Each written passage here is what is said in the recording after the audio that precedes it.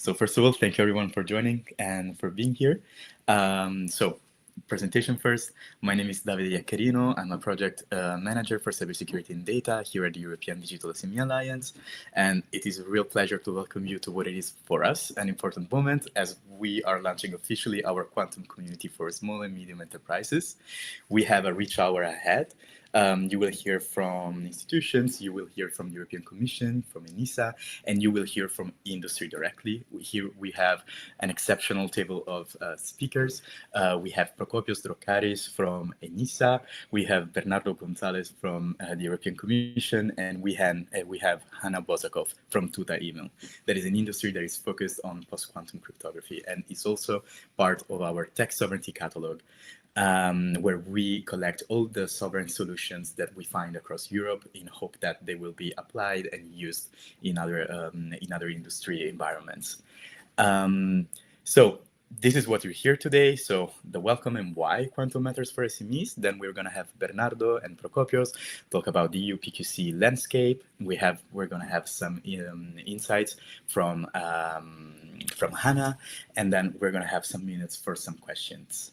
So I would say that we can start by saying that there is quantum computing seems to be something that is quite far from small and medium enterprises, but it is actually something that is quite close to what SMEs are going to prepare to face very soon, as post-quantum cryptography requirements are included already in some major directives like the Cyber Resilience Act and the NIS2 directive. Today, I want to be clear about one thing, that this is not a single event. This is a beginning of an ongoing space, and that is open to you now. We can go forward to the next slide. So why quantum matters for SMEs? We have been looking at all the resources that were available for companies regarding this matter, and we have seen that larger companies and organizations do have an easier time in being compliant with post-quantum cryptography requirements or with quantum protocols, but still the resources that are available for small and medium enterprises are quite scarce. So this is the reason why we have decided to initiate this community and to let the industry, academia, and institutions talk to each other, so to create a community that can support small and medium enterprises. We can go forward with this presentation. So I can officially present to you our community. The first thing is that this community will revolve around three main aspects. The first is awareness. We want to help you make sense of what the quantum threat and what it actually means for your organization without difficult language. The second is practical guidance. We want to provide actionable resources on the transition that is still grounded in the European framework rather than a generic advice. We want to give you some actionable input that can actually help your business. And the third is connection. We want to bring SMEs together with each other, with institutions, and with solution providers who are already building answers. So I will stop here shortly because the substance is in very good hands. We are going to have, as I was saying, we're going to have Bernardo Gonçalves, and then we're going to have Prokopios, who will walk you through the roadmap and the regulatory context and some implications for SMEs. And then we're going to have Hanna Bozakov, who is the CEO of Tuta Email, to bring the market industry perspective, where things actually stand and what an SME can realistically do right now. And we will close together with questions and concrete next steps for our community. So with that, I can leave the floor to Bernardo and Prokopios. The floor is yours. Thank you. I think I will start and I will try to share my screen.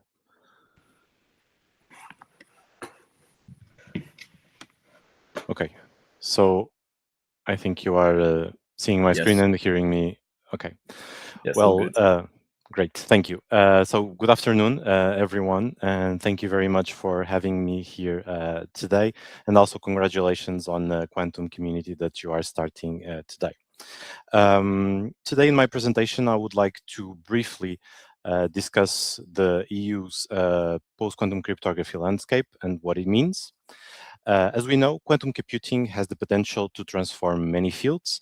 However, it also poses a fundamental challenge to the cryptographic systems that currently secure our digital world.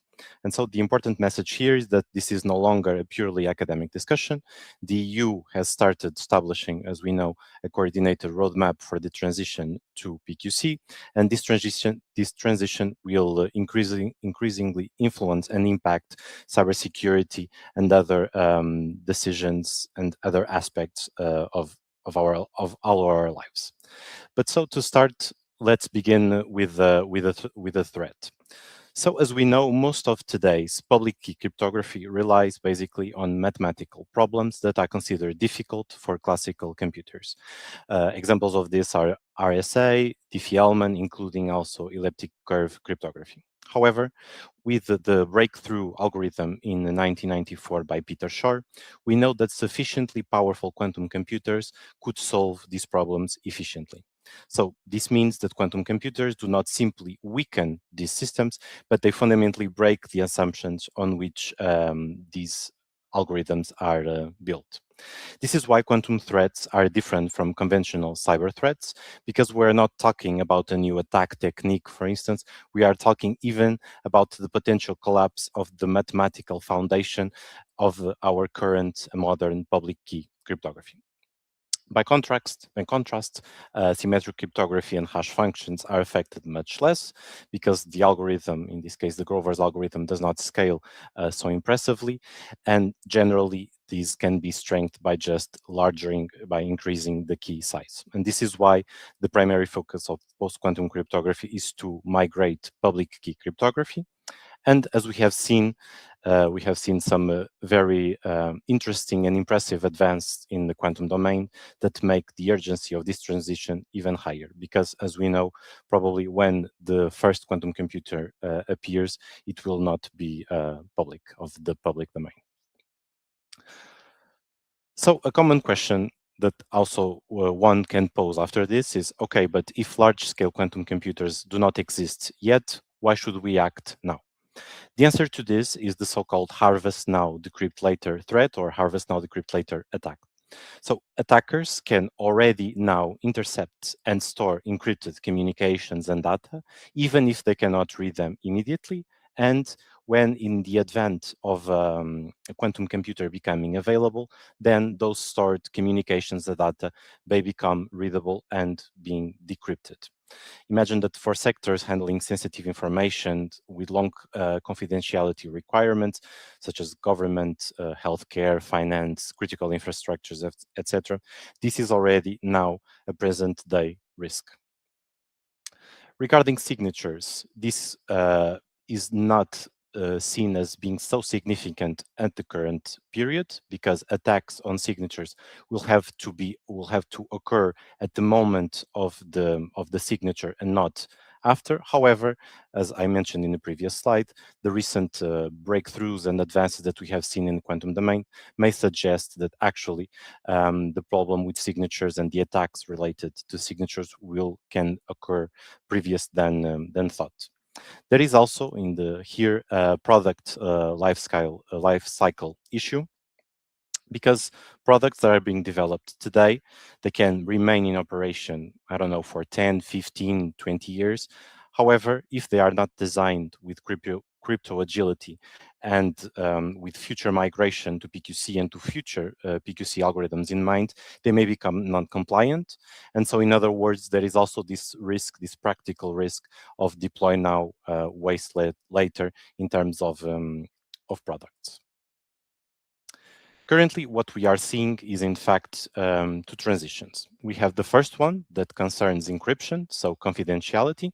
Here, the main focus is on key encapsulation mechanisms, so KEMs, such as ML-KEM that has been standardized by NIST in the United States. And this transition, like I just mentioned, is the most urgent because of the harvest now, decrypt later attacks. The second transition, the one that concerns authentication, integrity, and non-repudiation, In this case, we are talking about signatures, certificates, software signing, etc. So the public key infrastructure.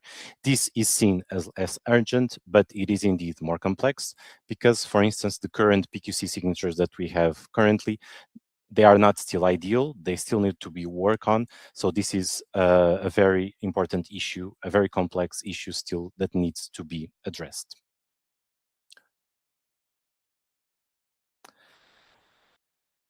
So, recognizing all of these challenges, the EU has already established a roadmap first that started with the Commission recommendation, then later established a roadmap for the coordinated transition to post-quantum cryptography. With this, a dedicated work stream was created within the NIS cooperation group, and this roadmap provides clear milestones, and I would highlight three main dates. So the first one, which is by the end of 2026. This established that member states have already developed national PQC roadmaps and begun planning the migration for high and medium risk use cases. By the end of 2030, critical risks or critical sectors and high risk environments should have completed the migration of their highest risk applications. And by the end of 2035, all of the migrations should be completed for every risk level, so medium and low risk. There is indeed a strong hook to the Cyber Resilience Act, so the CRI, in this roadmap, but I will mention this right after specifically this piece of legislation. Several lessons emerge from previous cybersecurity transitions, and in fact, all of these lessons help us build the current EU roadmap, the EU roadmap to transition to PQC.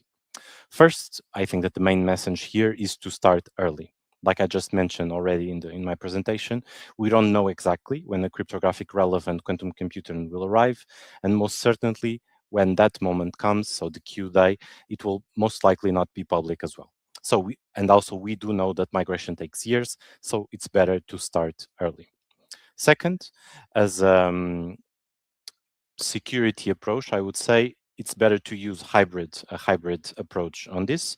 So the roadmap strongly encourages combining traditional cryptography, so the cryptography that we use currently, together with post-quantum cryptography during the transition period. These hybrid solutions provide protection as long as one of the two systems remains secure. And as we know, PQC is still very new, it's very recent. So it's better in terms of security to indeed use, or at least that's at least what was conveyed in the EU roadmap, to use hybrids in this sense.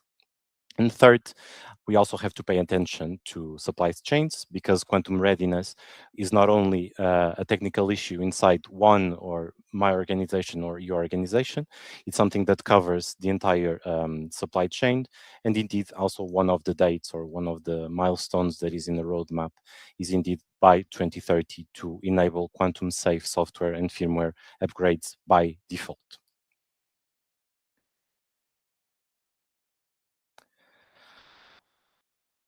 Before the roadmap and even with the EU roadmap, an important point was that PQC was actually often addressed in an indirect manner through existing legislation. In the sense that the EU legal framework would rely on concepts such as state-of-the-art cryptography, state-of-the-art cybersecurity, security measures, etc., risk-based cybersecurity, this type of phrases. And so, as quantum risks become more relevant, indeed, these concepts naturally will and are currently extending to post-quantum readiness. However, there was a recent proposal to amend the NIS2 directive in January of this year that would mean that now member states actually are enforced to commit to the PQC transition, because with this amendment, they will have to translate the PQC roadmap, so the EU PQC roadmap, to their national cybersecurity strategies. And with this, we hope that will enforce the commitment of member states to engage in this transition and to address several issues such as fragmentation, scaling gaps, and supply chain vulnerabilities as well. Now, talking indeed about the Cyber Resilience Act. The Cyber Resilience Act is particularly important. Its implementation has already started and it will apply in full from 11 December of next year, so 2027. Although it does not explicitly mention quantum computing and quantum threats, it requires indeed manufacturers to assess and minimize cybersecurity risks through the product lifecycle. And like I just mentioned, so as quantum threats become part of the landscape, they naturally have to be part of those risk assessments. Regarding the CRA, the Commission will also be publishing guidance, in this case to support manufacturers and particularly SMEs with the implementation of this act. And also under DEP, so the Digital Euro Program, also a number of projects are being funded to help this compliance by manufacturers. Very recently, Annex K, that is the annex, one of the annex of this Cyber Resilience Act, mandates state-of-the-art cryptography, interoperability standards, and crypto agility, and it specifically mentions the agreed cryptographic mechanisms. And currently, the agreed cryptographic mechanism catalog that is using that serves as a reference benchmark for this annex is currently, if I'm not mistaken, being updated towards his third version. So currently, and is being updated towards including post-quantum algorithms, and the public review of the new draft of this catalog is currently undergoing, and you have here the link as well. And as you can see here, indeed, even though CRA does not specifically mention post-quantum readiness, this is a very strong hook that is going to be connected to post-quantum post-quantum cryptography transition. I'm sorry. Indeed. So I think that one good news is that organizations that do not have necessarily to face this transition alone. The EU is investing heavily in research and innovation actions and initiatives that currently try to cover a lot of different views and different points that needed to be targeted when facing this PQC transition. Here you see some of them that range from cloud services to 5 and 6G, and even, of course, to more sector specific deployment challenges that we see in the landscape in our digital world.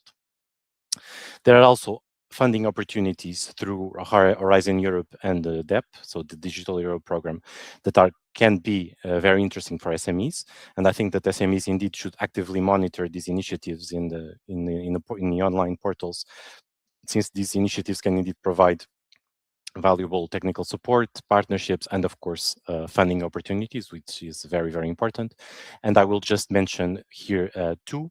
One of them already closed. The one that you can see on your left is that it's currently under evaluation, is the deployment of an European testing infrastructure for PQC.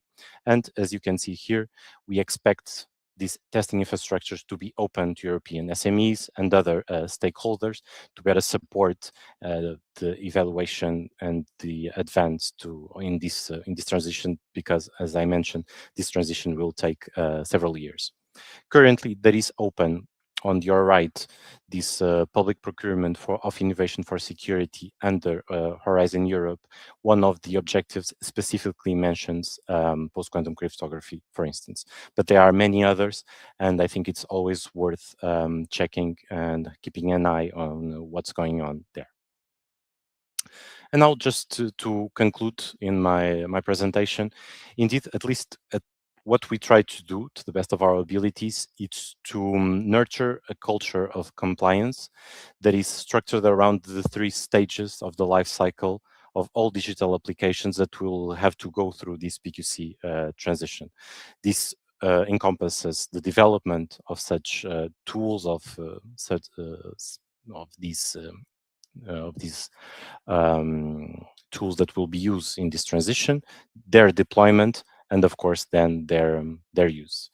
Post-quantum cryptography is no longer a future issue. It is becoming completely now a present day planning issue. The EU has already established a clear roadmap with concrete milestones. And indeed, organizations should begin preparing now to understand their cryptographic dependencies, engaging with suppliers, adopting crypto agility, and incorporating already quantum risks into their cybersecurity strategies and risk assessments.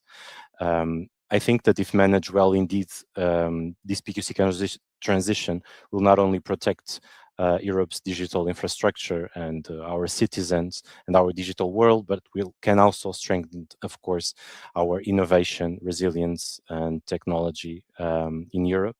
And with this, I conclude my presentation, and thank you. Thank you very much. Thank you, Bernardo, so much for this. This has been a very clear and useful presentation, and thank you so much also for talking about the funding opportunities that are there. As this is very important for SMEs, we work with them every day, and we see how funding can actually change things. So through the community, we will also highlight these opportunities for funding, and we're also involved in standardization for quantum. So soon we will announce some opportunities to get funded as experts and work with the standardization bodies regarding quantum. So thank you so much for talking about this and for your presentation. So now I think we can go forward with Prokopios. Yes, many thanks, David, for the invitation and the Digital SME Alliance initiative on creating this community. I think Bernardo put it forward very nicely that PQC currently is a planning issue, and of course PQC SMEs, apologies, are a core part of this planning. And perhaps seeing both aspects, one being the fact that SMEs can be developers of solutions that might be related to security, or confidentiality, so that they should implement PQC resistant solutions, or even more broadly, consumers of digital product, services, or processes that here and there will be using some form of encryption, signing, so any kind of form of asymmetric encryption, or even symmetric one. And I think this is one element that we need to also focus on, being the one on awareness, which is also highlighted in the forthcoming joint statement by the G7, where the good colleagues of the European Commission have also participated, in the sense that it is a risk. I don't really like calling it a risk, but like a challenge, in order not to scare people away. So we need to raise awareness on something that is there. Again, I prefer to use the word challenge, and how we can drive people, communities, SMEs to address this challenge in a timely but also in an easy manner, not in terms of resources or cost, but in terms of guided steps on how to reach the end goal. And this is where the roadmaps initiative and the whole European Commission approach is very not only timely, but also very targeted in terms of putting forward member states initiatives and then compiling everything through specific legal instruments and diffusing, let's say, this obligation into becoming parts of the national strategies of these member states. Now, one of the challenges, and perhaps this is another element that can be addressed from awareness, is that we should not perceive PQC as yet PQC migration or PQC readiness or PQC transition. It can have different names, but changing into something that is PQC resistant, or changing our product, service, or our organization, our SME, shouldn't be perceived purely as a compliance issue. We need to understand what is it at stake. It's not only, we shouldn't perceive it as something that if we don't do it, some fines will be waiting us down the road. It's something that has to do with the organization itself in terms of the data in processes, and I'm not referring only to personal data, but rather the data the organization process. So it's something that might become a problem in the essence of the organization of the SME itself. So it's a challenge that we need to address, the sooner the better, but having clear guidelines, clear processes and procedures on how to do it. David mentioned earlier about standardization. So at some point, developers, deployers and manufacturers should have some kind of indication of which are the right algorithms to deploy, how they should be deployed. So the element of engineering also comes into play, how we should deploy these algorithms, in what way. I saw in the chat a number of libraries being proposed. So starting from which is the appropriate library, then how to securely use, let's say, approved PQC compliant, PQC safe, call it whatever you want, library. So where it should be called, from, for what purpose, things like that. So the practical implementation is also very important. But also there is another element which in most of the cases, European SMEs or European entities usually are consumers of specific products or services. So which are the provisions, the legal provisions, the contractual provisions, or even the internal security supply chain controls or provisions that we should have in place in order to make sure that when acquiring a specific product, service, or process, we oblige the provider to provide us with something that is PQC resistant, PQC ready. This is something that, apart from writing, I'm not a lawyer, so apart from writing a contract, the contractor or the contracting authority ensures that the provided service, like the teleconference platform we are using now, is PQC resistant. And that's it. How we can break it down into smaller pieces in order to have the appropriate level of safeguards, similar to the ones we have currently when acquiring a product, service, or process, even if currently we're not using such specific requirements being broken down, but rather we refer to specific standards or to specific processes or to specific certifications that product, service, or processes have been subject to. So there is a whole list of different points of view where we can address the topic. Bernardo very well mentioned the different funding instruments. So further to the initiatives at a legislative level, there are also a lot of research and innovation activities going on, and the research and testing infrastructure, which is current under the tender procedure, is something very important, at least in my eyes, because it will provide European providers the opportunity to test and assess their solutions against known vulnerabilities and known threats, or perhaps check their deployment. So this is an additional step that we don't see very often being done. And also it will give us, as a secondary effect, an incentive in order, if we really understand that something works for X type of products, then we can very easily either transfer it to other different types of products, different sectors, or ask the providers of the solutions to transfer this approach also to different products. So the deadline by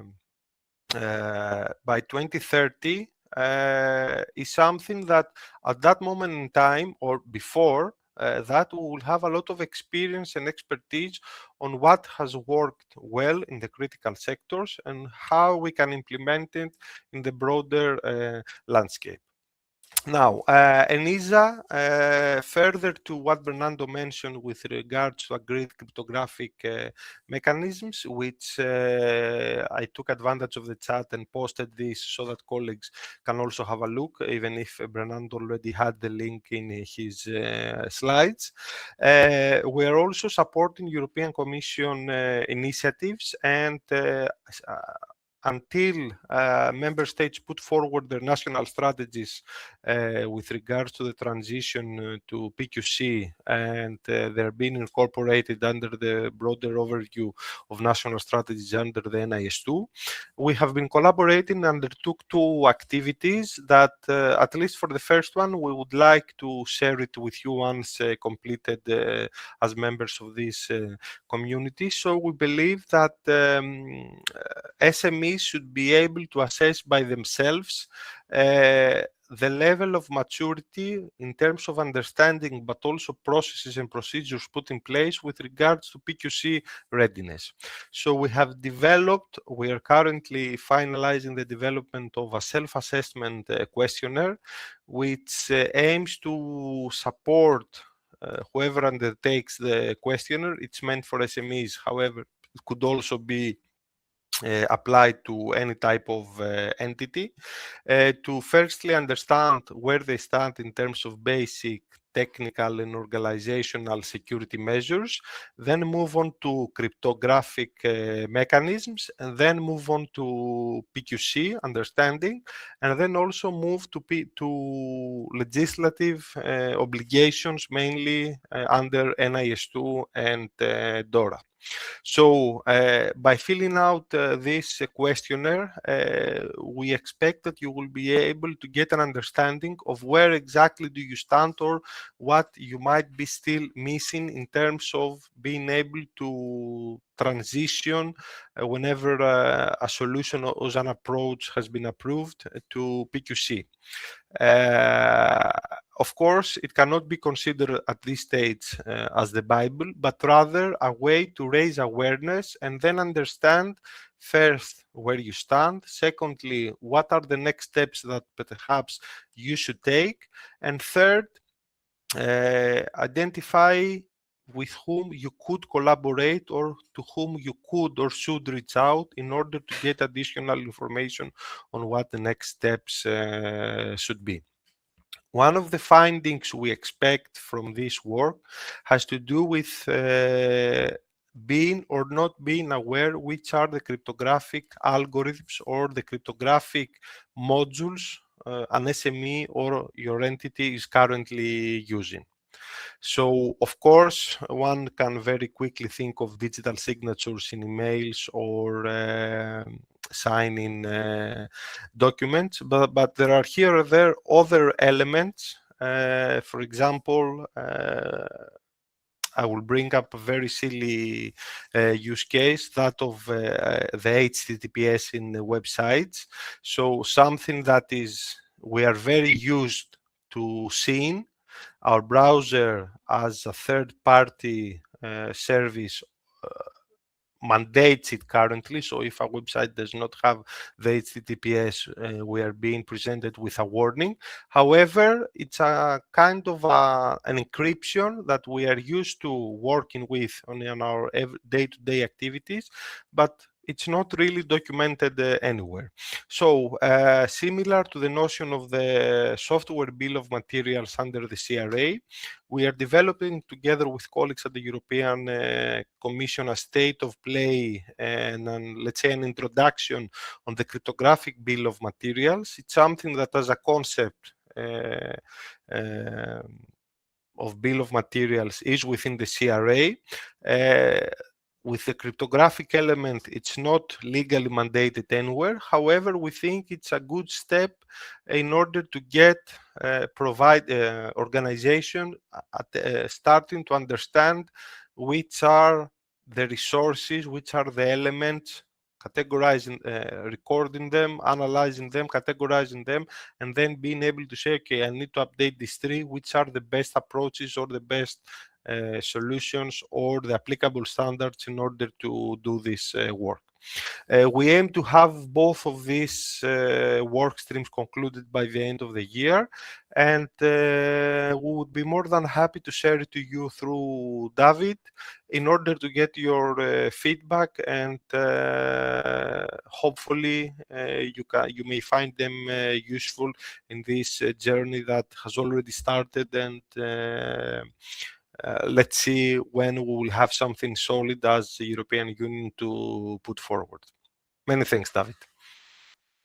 Thank you so much, Prokopios, for your intervention.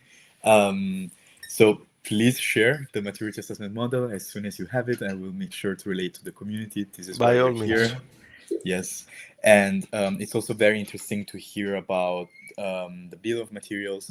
If the audience is interested in general about the software bills of materials under the CRA, we also have a masterclass done together with Denisa where we talk about this and where we give you actionable inputs. So if you're interested in that, please go on our Isaac webpage. So thank you so much, Prokopios. And I think that now we have a clear idea of what is going on from the policy side and from the framework and what the activities that ENISA and the Commission are taking forward. But I think now it's time to look at the industry and to give the floor to Hannah. Hannah is the CEO of Tuta Email. And I will let her introduce herself and her company. And thank you so much for being here, Hannah, and for giving us insights from the industry and where actually what we're talking about, where it actually happens. So the floor is yours.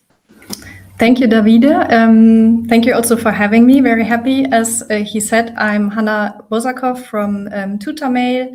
We launched back in 2014 as the first end-to-end encrypted email provider. So quantum safe encryption became a hot topic for us much earlier than for most others. Parts of my presentation will be the same as Bernard's, which is nice because it means we are doing something right and we are on the same page. But I will try to frame it with the industry perspective so that you still learn something new from it.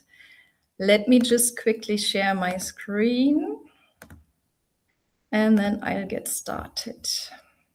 Can you see the screen? Yes. Okay, perfect. Perfect. So here we are. So I'm talking about secure and sovereign email communication. Hannah, sorry. Yes. I think we can see our faces as well. So I think you How can do I move just it out? Yeah, it's perfect like this. Like this? Okay. Yeah, cool. Perfect. Thank you. Okay, thanks.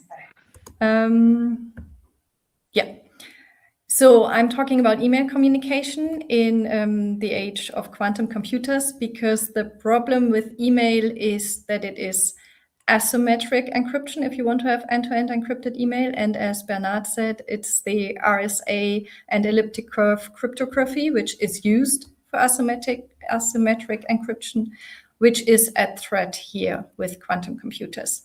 So as a quick introduction, because I'm from Germany, I'm citing a German source. It's from the BSI, that is the German institution, public institution for cybersecurity. And they already also said that securing tomorrow today is important and that we all need to transition to post-quantum cryptography, kind of the same.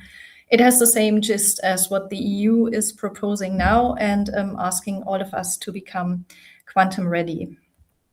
So the threat assessment, and here it's similar to what Bernard said as well, is that the current asymmetric encryption systems such as RSA and ECC are based on mathematical problems that are difficult to solve for current computers.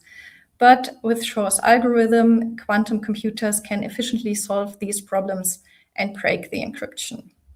As a consequence, without quantum secure measures, communication and data exchange will be vulnerable to attack.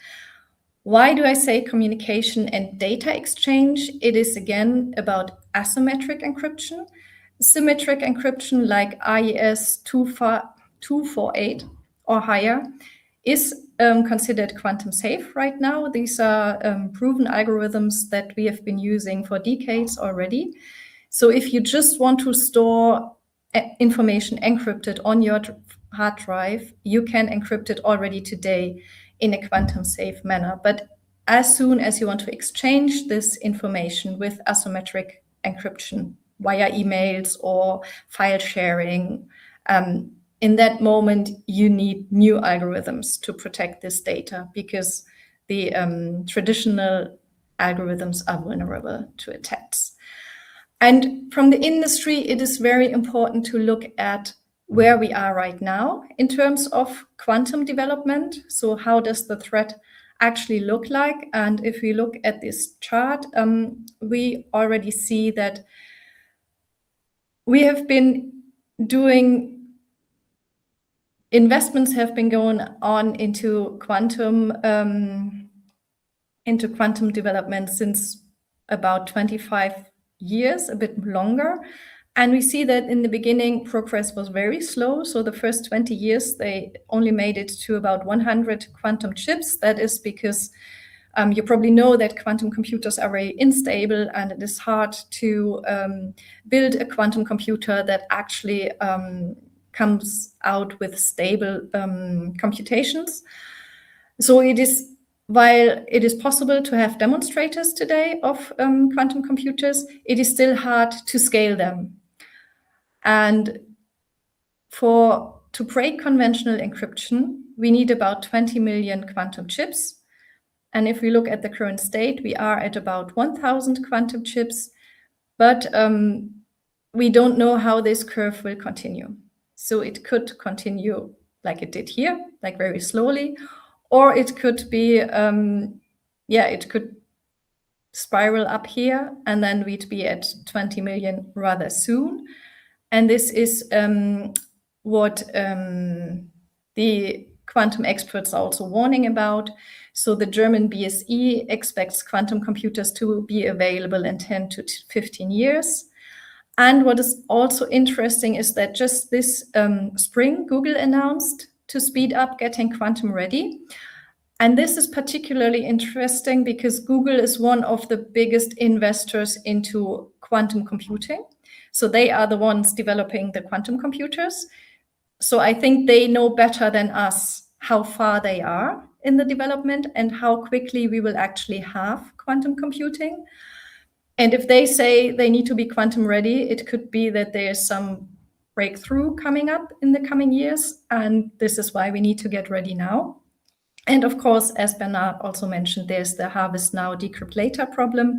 So all data that is all encrypted data that is being stored right now the encryption can be broken and analyzed once quantum computers are available. So the solution is PQ cryptography. We all have heard this today already. What is nice about PQ cryptography is that you don't actually need a quantum computer for this. It's not about this difficult physics stuff, but it is just new algorithms, which NIST has already defined as MLKEM. And we have actually implemented this in Tutor. We call it TutorCrypt, and it is an open source protocol that makes post-quantum cryptography practical by combining this Kyber algorithm with elliptic curve Diffie-Hellman algorithms in a hybrid protocol. So we have the new quantum safe algorithms in a hybrid protocol with traditional algorithms, which is also recommended by experts. And in collaboration with the chair of IT security and cryptography at the University of Wuppertal, we are right now doing a formal proof of security of this protocol, so that we can also prove that it is secure. And as I said, the important part is that TutorCrypt is combining conventional and quantum secure algorithms to provide maximum data protection. So I would like, because we have more time now, not head over to the questions, but just quickly show how this would look like, how you can actually do such an encrypted email. And also when looking at the time frames, because we are all talking about, quantum computing isn't here yet. We already need to get quantum ready. It's actually, we launched post-quantum cryptography in Tutor in 2024. And only beginning of this year, we migrated the last Tutor user to the new encryption protocol, because this migration takes time. So this is like, the experts always say that, but it sounds very theoretical. And when you actually do it, when you actually work on this, you notice, yes, it takes time. And what is even more important is we started this project in 2020. So it took us 6 years from the first idea to the last migration to actually become quantum safe with Tutor Mail. And now, as I said, I would like to quickly show how to send an end-to-end encrypted email with quantum safe encryption. Because the nice thing about this is that you can send it to any email provider in the world. And what the recipient gets when you send this post-quantum encrypted email is not the email itself, but they get a notification email. Because obviously we can't send the encrypted data to Gmail, because Gmail doesn't have the encryption key. The encryption key in our case is here. So the sender has a password for the recipient, and they need to exchange this in a separate way. I can change this password, and then with this little lock symbol, I decide whether it should be a normal email that is just protected with TLS, or whether it is a quantum safe end-to-end encrypted email. And then I can send this, and as it said here, it is encrypted and sent.